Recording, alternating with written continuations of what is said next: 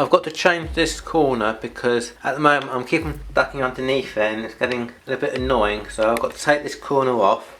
And as you can see, these two pieces are separate. I've got to join them up somehow. I've got to take all this. Little update. This is my little corner piece which is going to fit just there across the doorway. If I turn it over, it's not that heavy. You can see I've fitted a piece of wood there. There's 1, 2, 3, 4, 5, and there's one underneath there. 6 dowling, small dowling bits of rod. They're only about 5 or 6 centimetres long, just to make it a bit extra strong.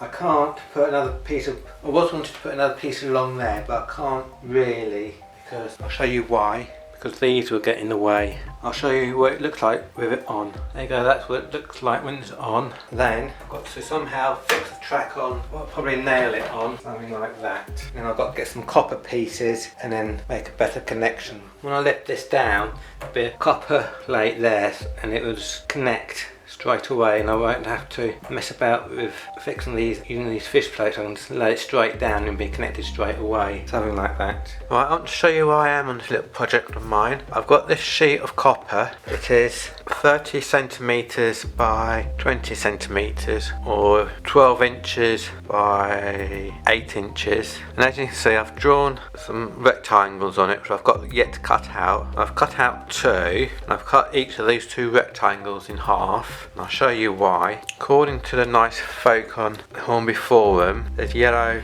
and Raph. See what I've got this joint here, you can see this actually lifts out. What I've got to do is I've got to take this bit of sleepers out, these 2, and on this bit as well here, and basically I've got to solder where those 2, well yeah, those 2 end sleepers are. I've got to solder like that, and you notice why if I've cut them in half, because I didn't cut them in half. Say that was one piece of the copper, then I get a short circuit, which you do not want. So it's very important to cut it so you got, and make sure that they do not touch each other. So it's going to, imagine so I've got to cut that, break off that small bit of sleeper and solder these on instead. So it's going to look, imagine like that, but without them 2 sleepers. Let's do it. I'm going to cut just there. Only the sleepers, I don't want to cut into the rail. Got to be careful.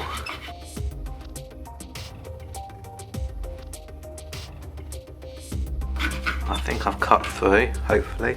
And I've got to pull this off. I'm going to remove this with a fish plate. That's removed. I have to cut that a bit more. There we go. Hopefully this should just slide off like so. There we go. Now hopefully I can try and have a go at soldering these on, so it's going to look something like that. Right, I'm going to try and attempt to solder these 2 bits of copper on, well, that bit of copper onto that track and that bit of copper onto that rail, so it end up looking like that without the 2 coppers touching. Now, I have been told I haven't got any fiberglass pens, but I should like roughen that area. I don't know which one is better. Okay, not quite too sure how I'm going to do this. I nearly forgot the flux again, just suddenly remembered the flux.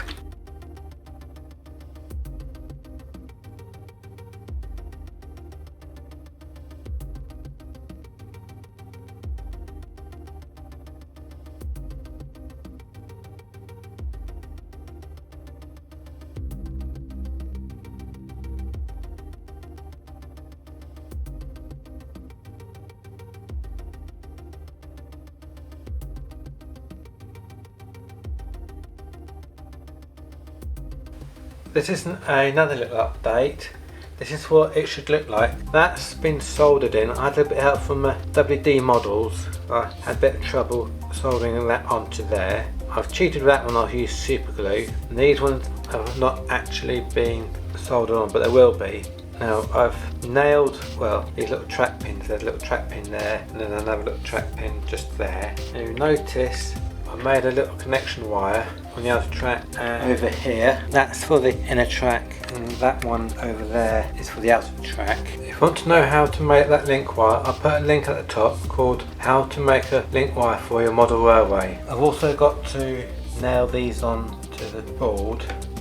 Maybe drill a hole there and there, and nail them onto. But I'm going to do a quick test just to see if I actually like solder this onto that and that rail onto there. I'm going to do a quick test just to see how well the loco goes over it.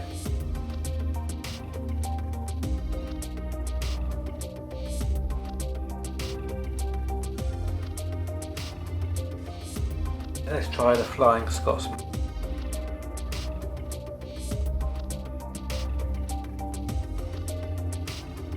Both locos seem to work okay.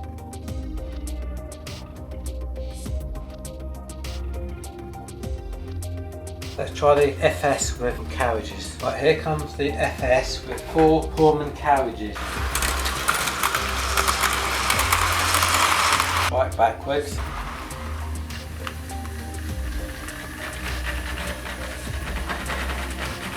Going uphill, that's why it's struggling a bit.